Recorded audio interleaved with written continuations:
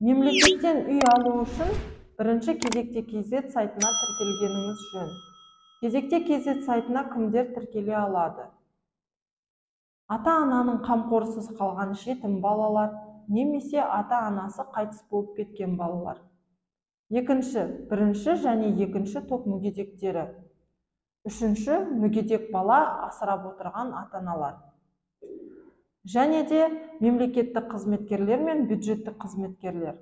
Мемлекеттік қызметкерлерге мұғалімдер, әкімшілік, балабақшада жұмыс істейтін адамдар, өрт сөндірушілер, полиция қызметкерлері, мәдениет үйлері жатады.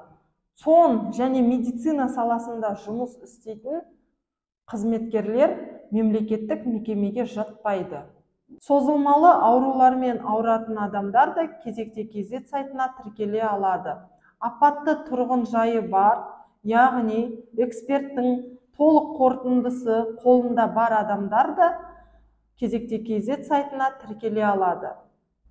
Келесі санат ол көп балалы санат, алтын алқа, күміс алқа және де көп балалы 4 баласы бар, жастары 18 жасқа толмаған жағдайда кезекте KZ сайтына тіркеле алады.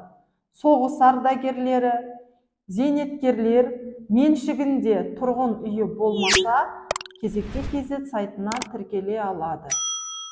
Менімен болғандарыңыз үшін рахмет. Лайк басып, каналыма тіркеліп кетсеңіздер болады.